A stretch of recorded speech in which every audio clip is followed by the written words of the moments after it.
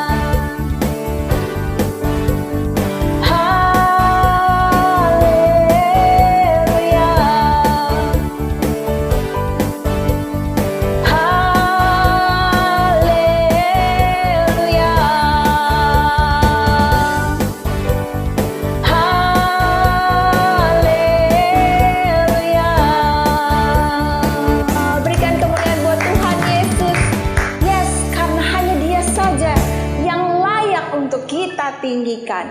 Haleluya. Saat ini kita mau masuk ke hadirat Tuhan. Satu hal Tuhan yang kami ingini, untuk selalu menyenangkan hatimu, untuk selalu menyembah-Mu. Masuk hadirat-Mu Tuhan, dengan korban pujian. Masuk hadirat-Mu Tuhan, berhiaskan kekudusan.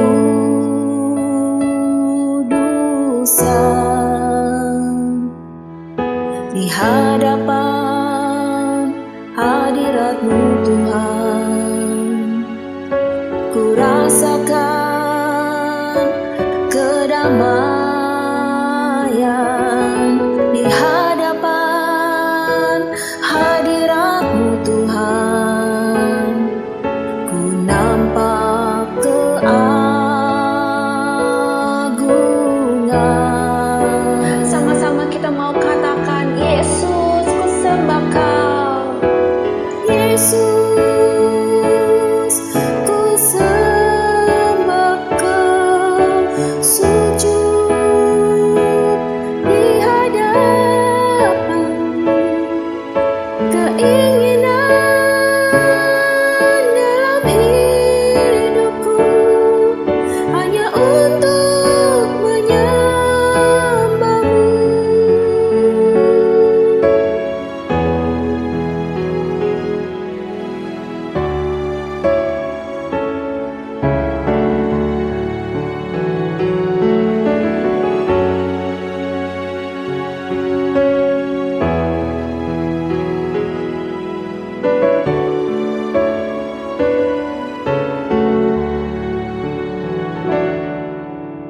Masuk hadirat-Mu Tuhan, dengan korban pujian. Masuk hadirat-Mu Tuhan, berhiaskan kekudusan.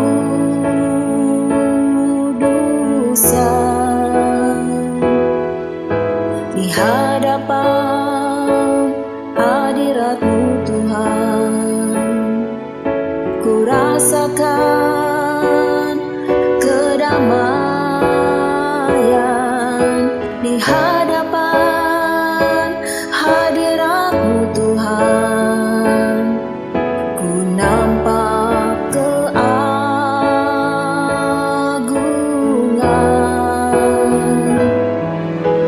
Yesus,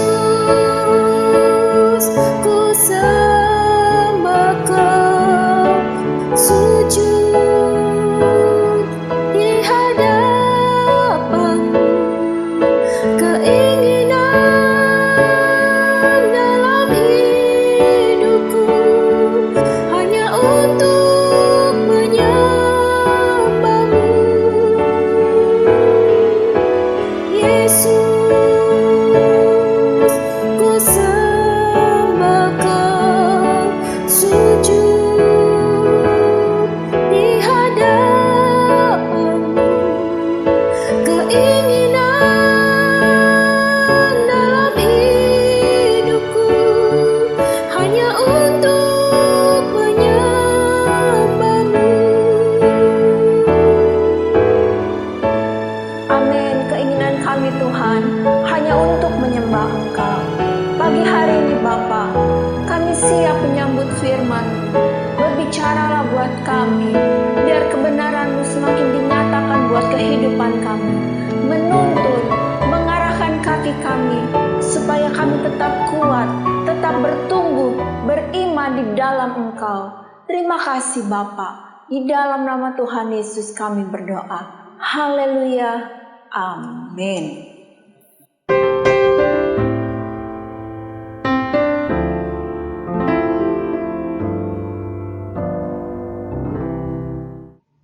Shalom, selamat pagi saudara, selamat hari Minggu, selamat kita beribadah kepada Tuhan.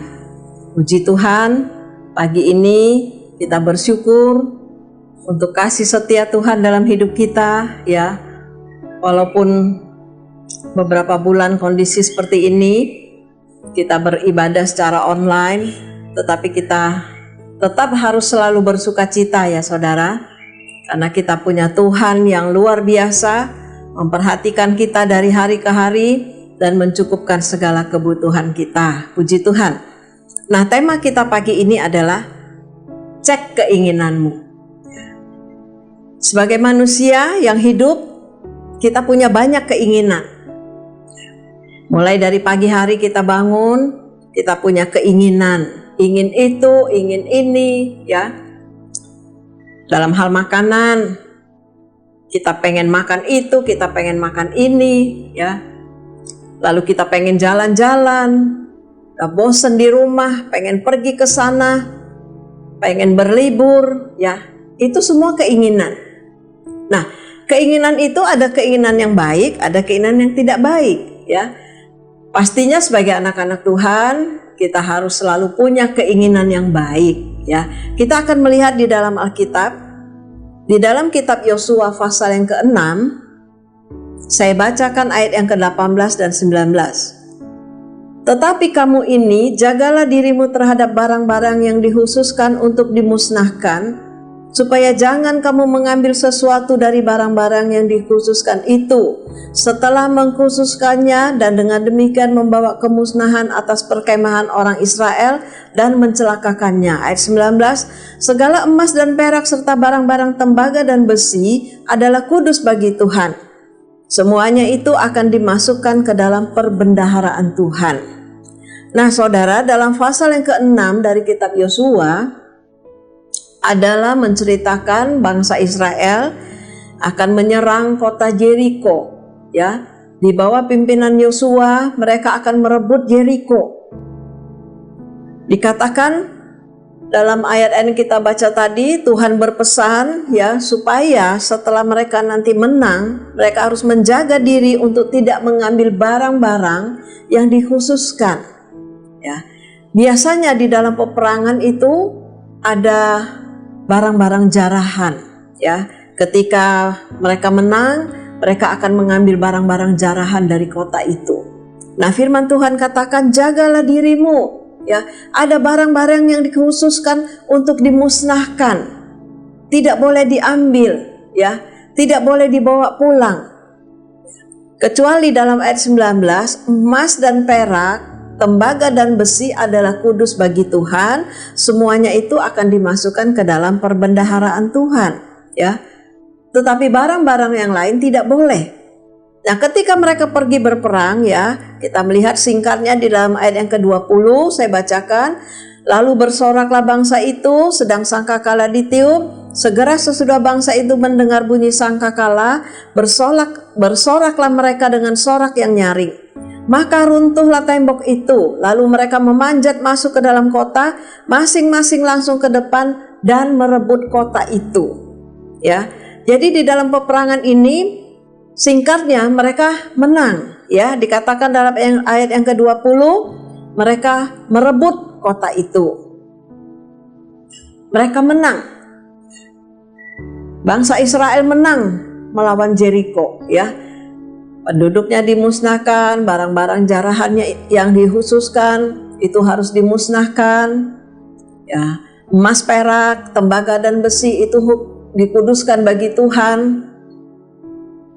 Lalu mereka bersukacita, ya. Mereka bersorak-sorai karena mereka mengalami kemenangan, ya. Mereka mengalami kemenangan yang luar biasa. Ayat ke-21, mereka menumpas dengan mata pedang segala sesuatu yang di dalam kota itu, baik laki-laki maupun perempuan, baik tua maupun muda, sampai kepada lembu, domba, dan keledai. Ya, jadi mereka harus memusnahkan semuanya. Begitu mereka mengalami kemenangan dalam perang ini, ya, tidak boleh ada satupun yang diambil, yang dibawa pulang. Mereka tidak boleh mengingini sesuatu pun di dalam kota Jeriko yang mereka lihat, ya. Nah, puji Tuhan. Lalu sesudah itu Setelah Jericho, mereka lanjut ya untuk mengalahkan kota Ai. Ya, kota Ai ini adalah kota yang kecil di sebelah timur Betel. Ya, kota Ai ini penduduknya sedikit. Sebelum menyerang kota Ai, Yosua mengirim pengintai ya untuk melakukan survei ke kota itu. Nah, saya bacakan ayat yang ketiga.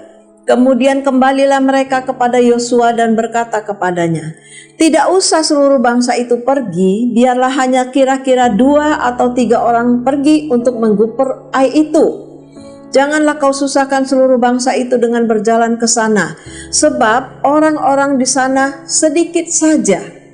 Ayat 4, berangkatlah kira-kira 3.000 orang dari bangsa itu ke sana. Tetapi mereka melarikan diri di depan orang-orang Ai. Ayat 5, sebab orang-orang Ai menewaskan kira-kira 36 orang dari mereka. Orang-orang Israel itu dikejar dari depan pintu gerbang kota itu sampai ke Shebarim dan dipukul kalah di lereng. Lalu tawarlah hati bangsa itu amat sangat. Ya.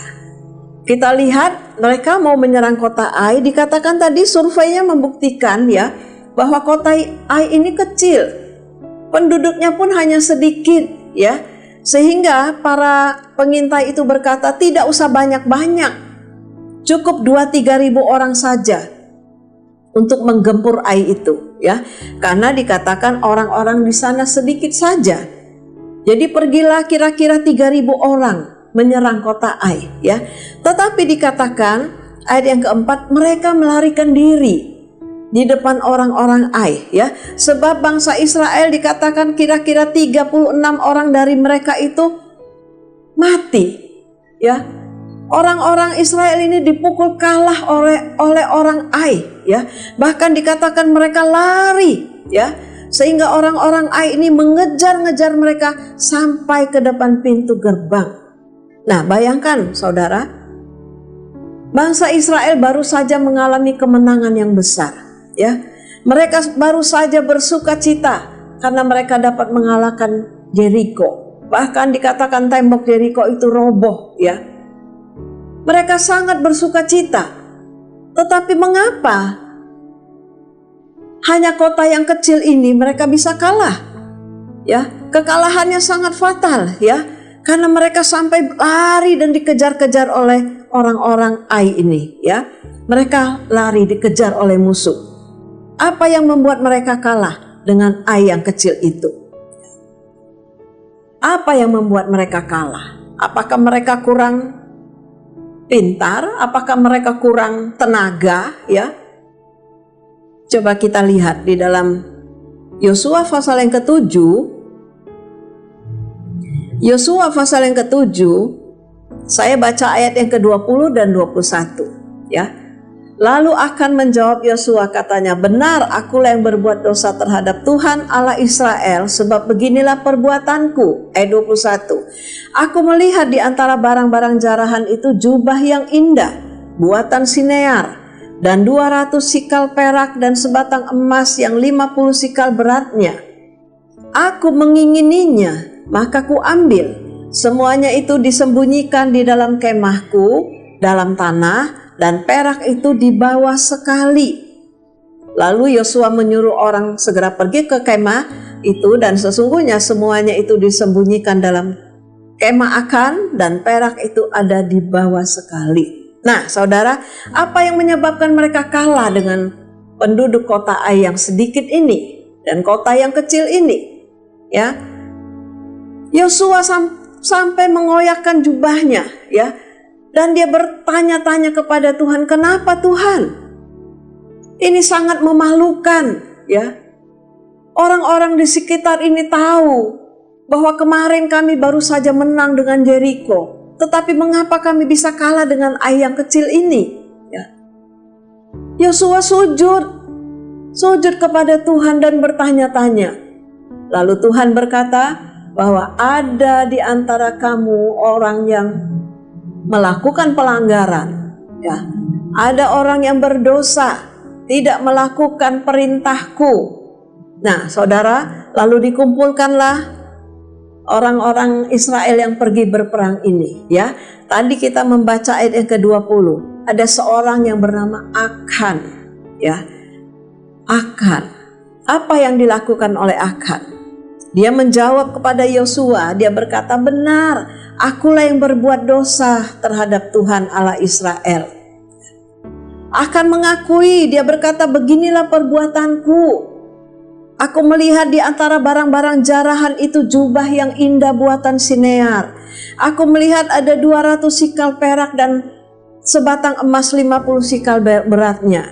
Ya, ayat yang ke-21 tadi. "Aku mengingininya, maka ku ambil, lalu kusembunyikan di dalam kemahku." Ya. Ternyata ada yang berbuat dosa. Tadi kita sudah membaca di dalam pasal yang ke-6, Tuhan berpesan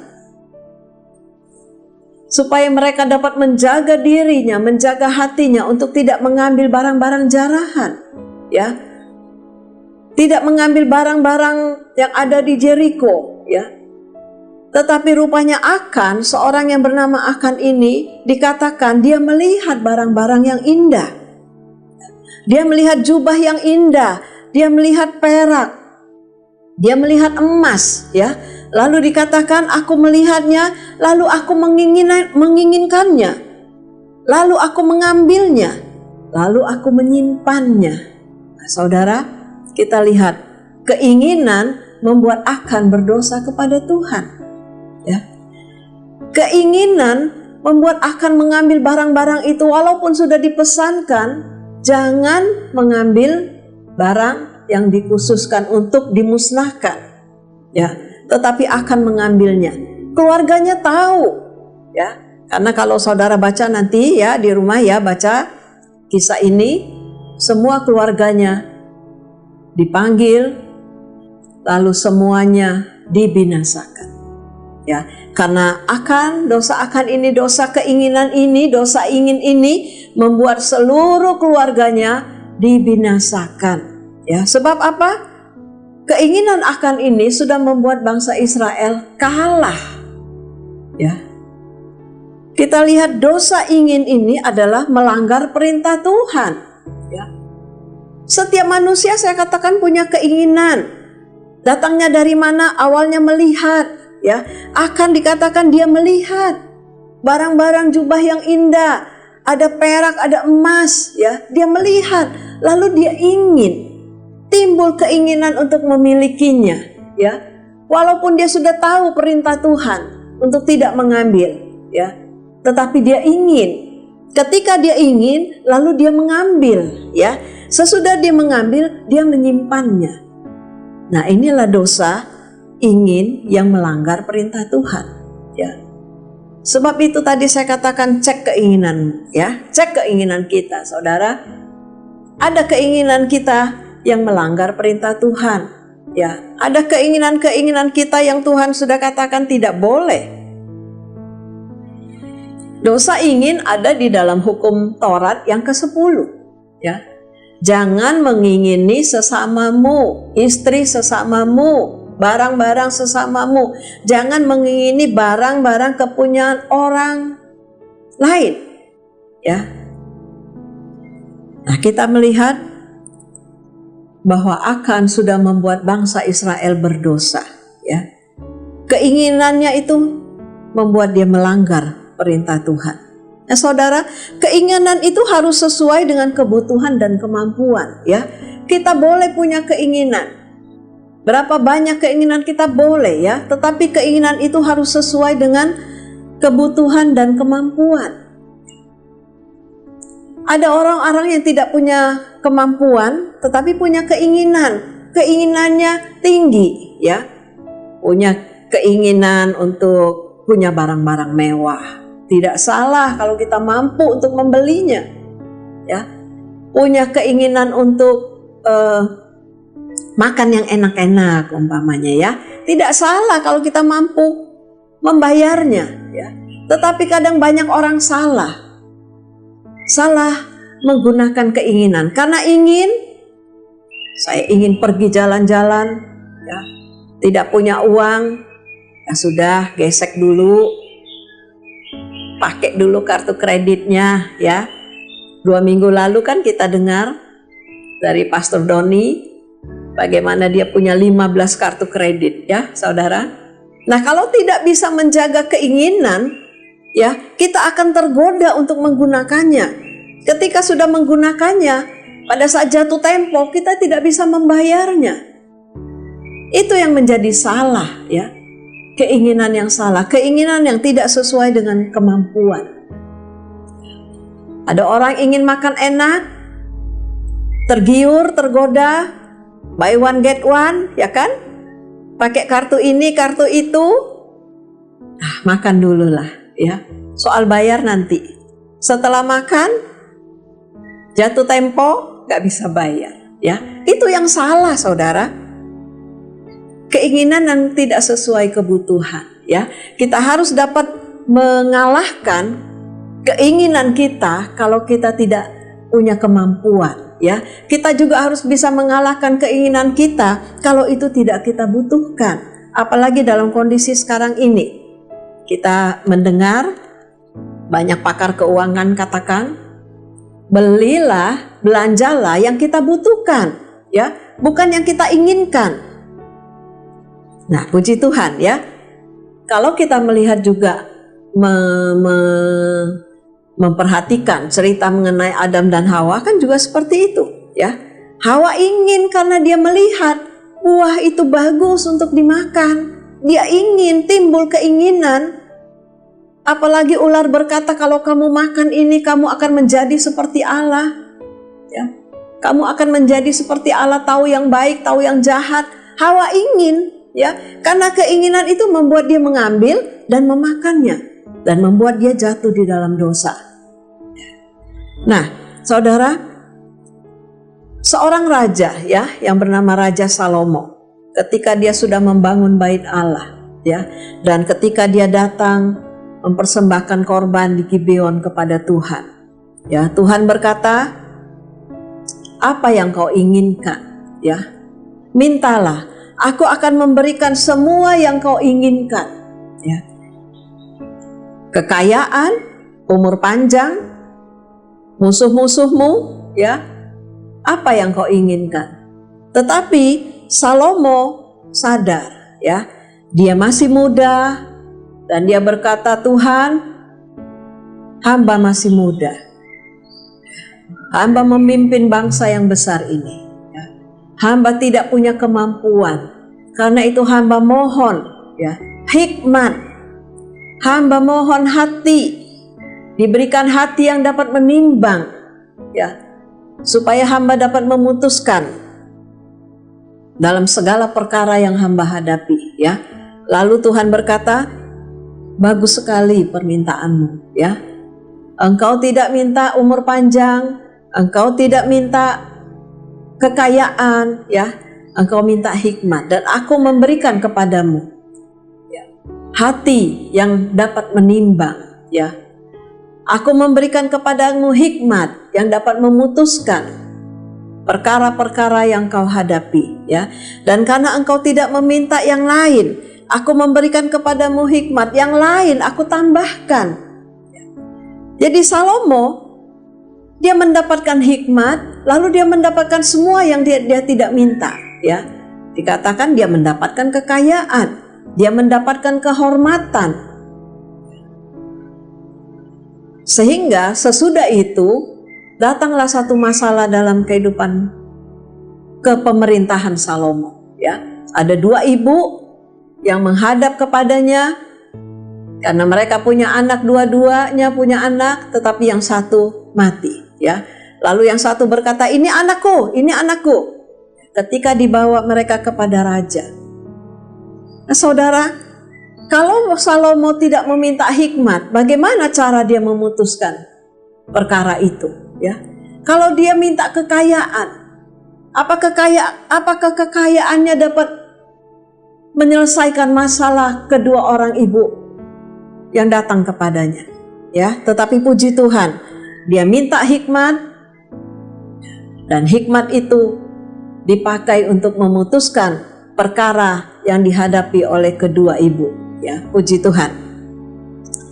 Ada seorang juga yang bernama Bartimius ya. Bartimius ya. Ini cerita ini sering didengar oleh anak-anak sekolah minggu ya. Bartimius yang buta. Ada lagunya ya saudara. Bartimius yang buta duduk minta-minta tiap-tiap hari di pinggir jalan ya. Ini pekerjaan Bartimius di dalam Injil Markus pasal yang ke-10 ayat 46 sampai 52 ya. Saudara baca nanti ayat-ayat itu. Seorang yang bernama Bartimius, anak Timeus, duduk di pinggir jalan. Namanya dikatakan, ditulis Bartimius. Nama ayahnya ditulis Timeus. Pekerjaannya ditulis ya. Seorang pengemis yang duduk di pinggir jalan tiap-tiap hari. Ketika dia mendengar ada Yesus orang Nazaret, ia mulai berseru. Bartimius ini dia berseru, Yesus, anak Daud, kasihanilah aku. Dia berseru-seru ya. Banyak orang yang menegurnya supaya ia diam. Diam, jangan berisik ya. Tetapi semakin dia berseru, semakin keras dia berseru, anak Daud, kasihanilah aku. Lalu Yesus berhenti dan Yesus berkata kepada murid-muridnya, panggil dia ya. Lalu Bartimius ini datang menghampiri Tuhan ya.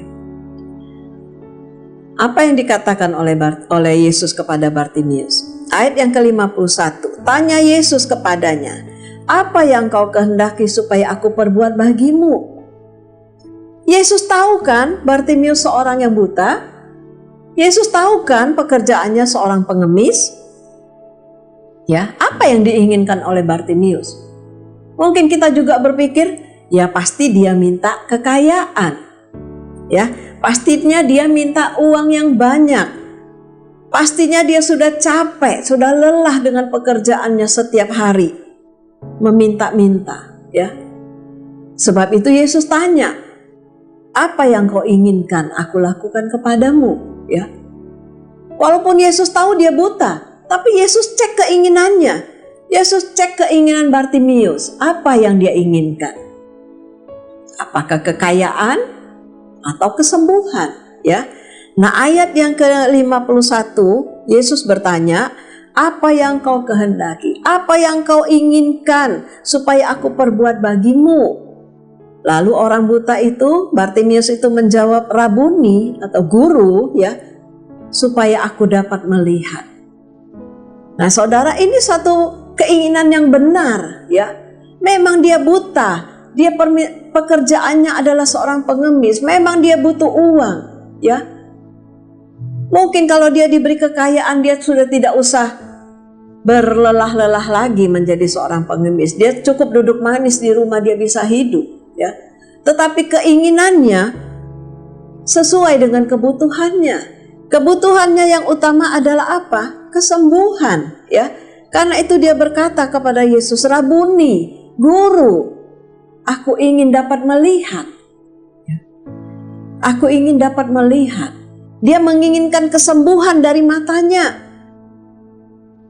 Dia berkata, aku ingin dapat melihat. Ayat yang ke-52, Yesus berkata kepadanya, pergilah, imanmu telah menyelamatkan engkau. Pada saat itu juga melihatlah ia, lalu mengikuti Yesus dalam perjalanannya. Nah saudara, Bartimius mendapatkan keinginannya. Apa keinginannya? Kesembuhan. Matanya, dia ingin dapat melihat, ya. Walaupun sesudah dia disembuhkan, sesudah matanya dapat melihat, keadaan tidak langsung berbalik enak, ya. Tidak langsung membuat dia hidup senang, tidak. Dia tetap membutuhkan makan, ya kan? Tetapi dia tinggalkan pekerjaannya sebagai seorang pengemis, ya. Dengan melihat, dengan matanya yang dapat melihat, ya, dia mempunyai masa depan untuk dapat bekerja dengan lebih baik. Bahkan dikatakan pada saat itu juga melihatlah ia. Lalu apa yang dia lakukan? Lalu ia mengikuti Yesus dalam perjalanannya. Setelah matanya terbuka dan bisa melihat, ya, dia tidak kembali duduk sebagai seorang pengemis. Dia tinggalkan pekerjaan itu dan dia mengikuti Yesus dalam perjalanannya. Nah, inilah yang saya katakan, keinginan yang sesuai dengan kebutuhannya, ya. Ya, walaupun kalau dia minta kekayaan itu juga dia butuhkan, tetapi yang lebih dibutuhkan adalah matanya dapat melihat. Ya, puji Tuhan. Di dalam Yakobus pasal yang keempat, Yakobus pasal 4, ya, saya bacakan ayat 1 sampai ayat 3, hawa nafsu dan persahabatan dengan dunia.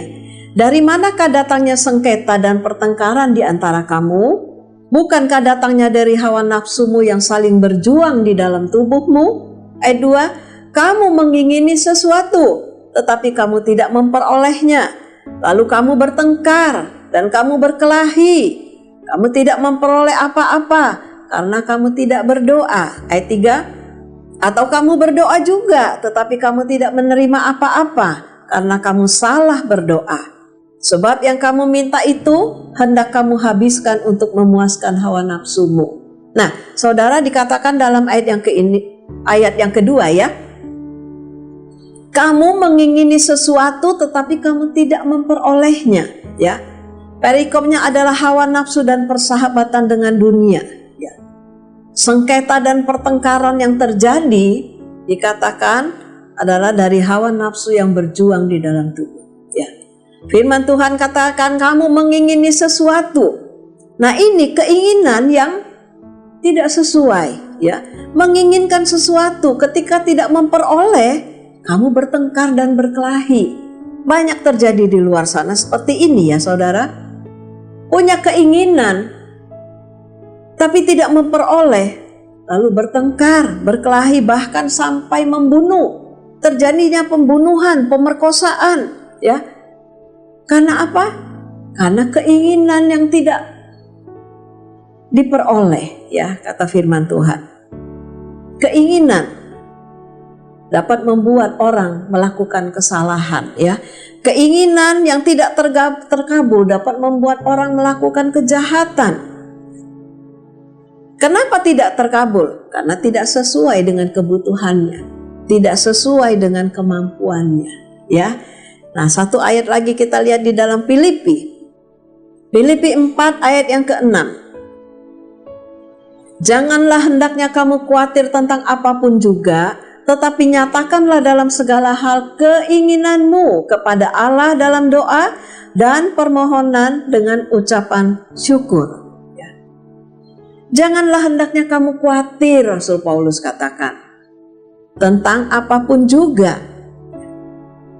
Janganlah hendaknya kamu khawatir tentang keinginanmu. Nyatakanlah segala hal keinginanmu itu kepada Allah dalam doa dan permohonan dan ucapan syukur. Paulus menyampaikan ayat ini ketika dia berada di dalam penjara. Ya. Apa yang menjadi keinginan Paulus? Tentu dia ingin keluar dari penjara, ya. Tentu dia ingin bebas. Tetapi apa yang dia sampaikan? Janganlah hendaknya kamu khawatir tentang apapun juga. Ternyata keinginan itu juga berhubungan dengan kekhawatiran, ya. Kita khawatir, kita pengen ini, kita pengen itu, ya, tapi tidak tersampaikan, tidak terkabul, ya. Sebab itu Paulus menasehatkan, jangan khawatir tentang apapun juga. Kalau kita punya keinginan, dikatakan, nyatakanlah dalam segala hal keinginanmu kepada Allah dengan cara apa? Dalam doa dan permohonan dengan ucapan syukur, ya. Jadi keinginan itu tidak salah, tetapi keinginan harus sesuai dengan kemampuan dan kebutuhan, ya. Kalau keinginan itu tidak sesuai dengan kemampuan, seringkali itu membuat manusia berdosa, ya. Karena itu kita harus kembali kepada tema kita tadi, cek keinginanmu, ya. Kita cek keinginan kita, ya. Hari ini keinginan kita, setiap hari kita cek keinginan kita. Apakah keinginan saya hari ini melanggar perintah Tuhan? Apakah keinginan saya hari ini sesuai dengan kemampuan saya? Apakah keinginan saya hari ini sesuai dengan kebutuhan saya? Firman Tuhan katakan, nyatakanlah segala hal keinginanmu kepada Allah dalam doa dan permohonan dengan ucapan syukur. Ya, puji Tuhan saudara. Biarlah kita dapat menerapkan firman Tuhan dalam hidup kita. Ya, memang banyak godaan yang kita hadapi. Kita ingin itu, ingin ini, ya, tetapi sesuaikanlah dengan kemampuan kita. Kita ingin itu, ingin ini, sesuaikanlah dengan kebutuhan kita, ya. Dan biarlah Tuhan memberkati kita.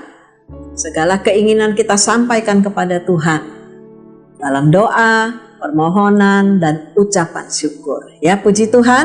Tuhan memberkati kita semua. Mari kita berdoa. Bapa di dalam surga, di dalam nama Tuhan Yesus Kristus, kami datang kepadamu pagi ini bersama dengan seluruh jemaat-Mu. Kami mengucap syukur Tuhan untuk kasih setia Tuhan dalam hidup kami, untuk pemeliharaan Tuhan yang luar biasa bagi kami. Kami boleh ada sebagaimana kami ada Tuhan, karena Engkau yang memelihara kami dan memampukan kami. Terima kasih untuk firman-Mu Bapa. Kami mau membawa segala keinginan kami kepada Engkau Tuhan. Kalau ada keinginan-keinginan kami yang tidak berkenan kepadamu, kalau ada keinginan-keinginan kami yang melanggar perintah-Mu, kami berdoa Tuhan di dalam nama Yesus. Tuhan ampuni kami Tuhan. Ubahkan kehidupan kami, ubahkan hati dan pikiran kami, ubahkan pandangan kami Tuhan. Biar kami hanya memandang kepada Engkau, Allah kami yang akan memberkati kami. Terima kasih Tuhan Yesus. Kami mau menyampaikan segala permohonan kami dengan doa dan ucapan syukur kepada Engkau. Kami percaya Tuhan, Engkau Tuhan yang melihat segala kebutuhan kami. Engkau Tuhan yang melihat segala keinginan kami. Tuhan, biarlah Engkau bekerja dalam kehidupan kami sesuai dengan kemampuan kami Bapa. Terima kasih Tuhan. Berkati seluruh jemaat-Mu dalam pekerjaan mereka, dalam usaha dagang mereka Tuhan, dalam kehidupan mereka setiap hari. Cukupkan segala kebutuhan mereka Tuhan. Jangan sampai ada di antara mereka yang kekurangan Tuhan, tetapi biarlah berkat Tuhan menjadi cukup dalam hidup mereka setiap harinya. Terima kasih Bapa. Kami menyerahkan kehidupan kami sepanjang minggu yang berjalan ini ke dalam tangan-Mu. Segala kegiatan-kegiatan di gereja kami Tuhan, Engkau memberkati. Untuk ibadah wanita hari Selasa via Zoom, untuk ibadah doa rantai hari Rabu dan Kamis Tuhan, untuk ibadah dengan Bapak Ibu hari Jumat via Zoom, Tuhan memberkati. Biarlah seluruh jemaat-Mu dan kami semua rindu Tuhan, untuk kami dapat bersekutu dengan Engkau Tuhan, untuk kami dapat mendengarkan firman-Mu, untuk kami dapat berbagi apa yang Tuhan sudah lakukan dalam hidup kami. Terima kasih Tuhan, terima kasih. Terpujilah nama-Mu. Kami akhiri ibadah kami dengan mengucap syukur di dalam nama Tuhan Yesus Kristus. Haleluya. Amin. Puji Tuhan saudara. Tuhan memberkati kita semua. Sampai jumpa.